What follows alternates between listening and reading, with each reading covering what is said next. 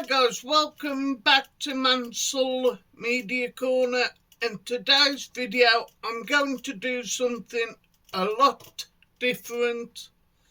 I'm going to do a retro review of this particular VHS. If you can't tell, it's Wrestlemania 10. And a bit about the pay-per-view, which I've wrote some notes down. Excuse me. This event happened on the 20th of March 1994, and the venue, of course, is where the first Wrestlemania was, in Madison Square Garden in New York City. The attendance for this particular event was 18,065. The buy rate for North America is 420,000. On commentary, you had nowadays very controversial name in professional wrestling in Vince McMahon, and the returning Jerry the King Lawler.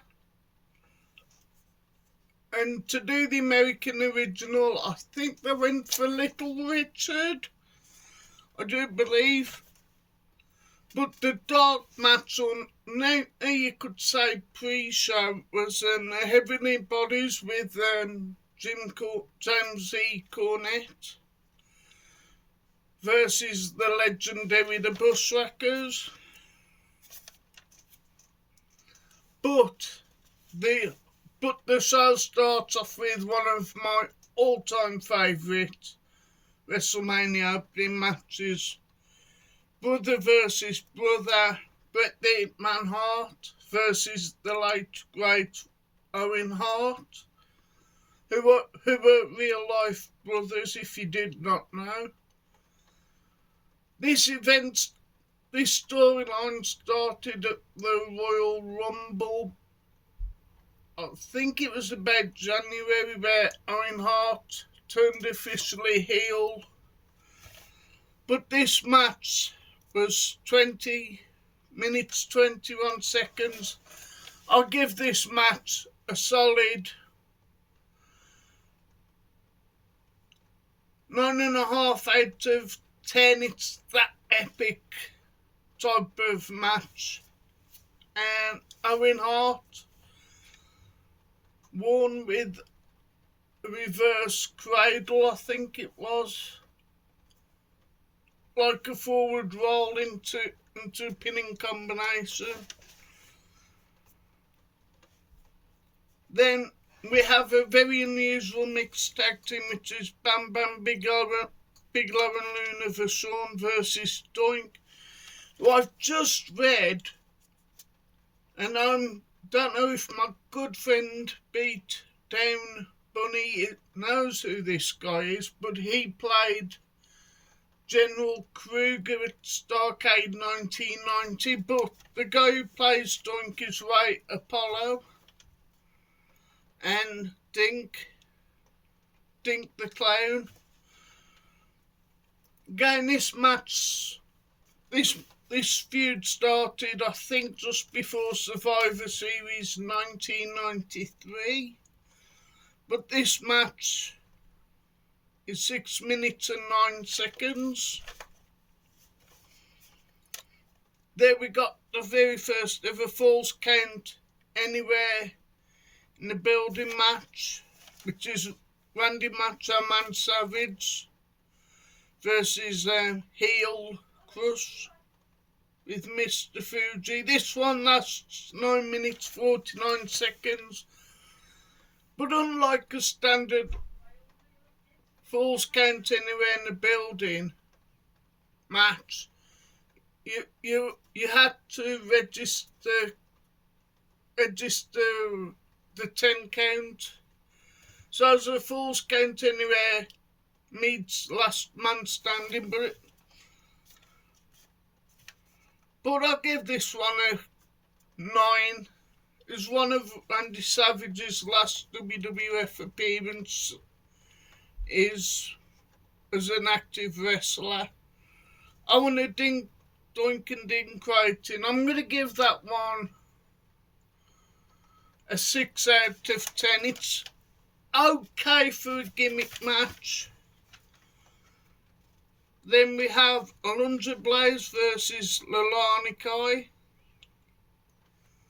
This one lasts 3 minutes 20 for the Women's Championship at the time. Gonna give this match a 6 out of 10. Then we got a tag team title match involving Men on a Mission, which was managed by Oscar, but you've got Mo and later Big Daddy V, Fisher, whatever you prefer him as, but it's Mobile versus the Quebecers, which was Jacques, I think, was also maybe the main team, the guy who's later PCO in Pierre. I think his name's Pierre Carl Wellay or something. But this was managed by Johnny Parlo. If you do not know who Johnny Parlo is behind the scenes, it's Raven, of ECW World Championship Wrestling, what have you. This was for the Tag Team Championship match. I'm going to give this one an 8 out of 10. It lasts 7 minutes 41 seconds, but Men on a Mission, win by count out. Then we've got the first of the double main event, which was Yokozuna accompanied by James E. Cornette and the late great Mr. Fuji versus Lex Luger, with Mr. Perfect serving as the referee. There's a good stipulation that because of the Royal Rumble in January, it was the first Royal Rumble where it was a tie. So the storyline goes that whoever won the championship had to fight Bret the Hitman Hart, whether he won or lost.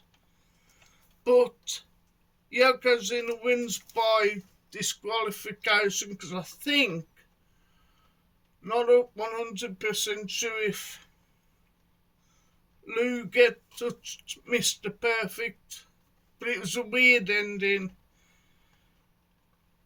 And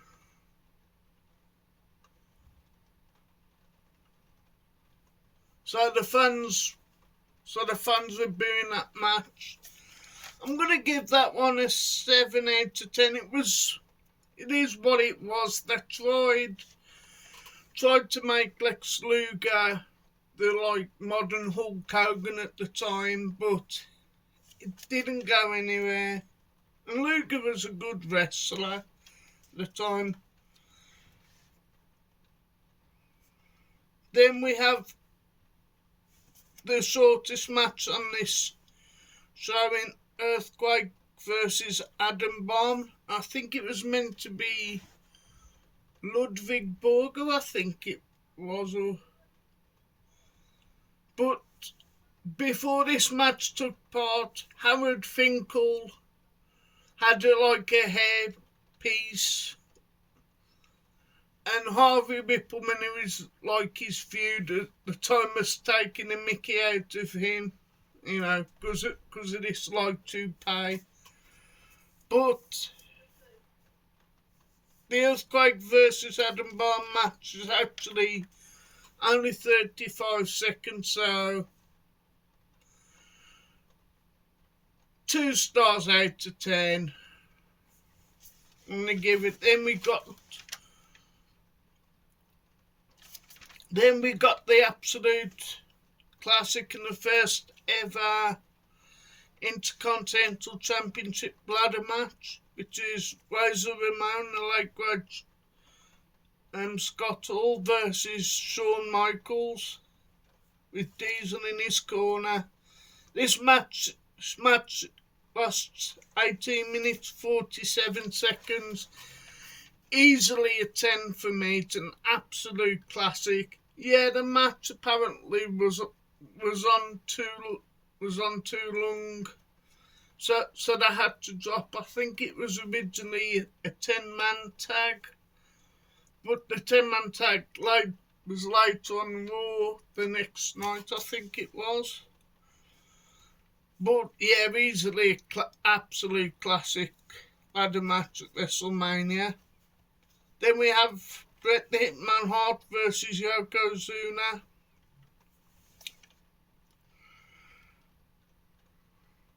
This one lasts 10 minutes 38. This was a way better match than WrestleMania 9. And coming from a Bret the Hitman Hart standpoint, it was a well done match. And the ring introductions were by Burt Reynolds, if I do recall rightly, and special guest referee was Roddy Piper. As my good friend Beat Dan Bunny would say, spoiler alert, after this match I think Roddy Piper feuded with Jerry the King Lawler for a little bit. But Bret Hart wins because Yokozuna falls from the second rope, which he's going to do his bonsai drop, but such important image at the end is Rocket Owen Hart. You could clearly say him saying, what about me? He's the heel. But I was thinking just earlier, Owen Hart should have been a WWE champion. He wasn't how Vince would have perceived him as a big guy, but he was an amazing heel champion. And I think he would have been a brilliant heel champion, but that's just my opinion. So it's that time. Yes, it's shoutouts time. So the first shoutout is for the guy I've mentioned so many times. Going to meet him up soon in Birmingham with fellow guys in his Facebook group. But it's Beat Dan Bunny, huge wrestling fan, but a great friend and a fellow YouTuber, and does some awesome reviews. He recently did, I think it was AEW All In, but he goes into some great detail. And then, of course, we have one of my biggest supporters on this YouTube journey. I always message via Facebook, obviously. Jim Jam Movies and TV. An amazing YouTuber and an awesome friend, and he loves his vintage TV and films. And of course, the network is his specialist in terms of collectibles, in terms of films and television. Then we have Rocket Dave, a great YouTuber but a fellow wrestling fan, and does some great videos with his son Ishmael, who, according to my friend Beat Dan Bunny, he will be doing some more videos because I think he's took a little bit of time off. But you should check out his videos. They're great. And especially Ishmael, he's a future YouTuber. Then we have my friend Hale over at Small Screen, Big Screen. He loves his British comedies. He loves his comedies, but does some great film reviews, and a great friend. He was also on Jim Jam Movies and TV's live stream on Monday afternoon, because it was my first time ever interacting live, if you know what I mean, via Facebook, so via YouTube, pardon me.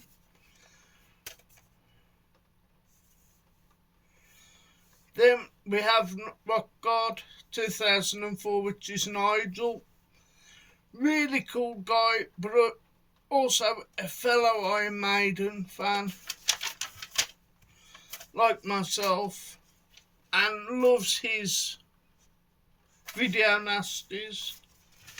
Then we have the man, the myth, the legend, that is Big Paulie. What can I say about the guy? He's a legend in the film community via YouTube.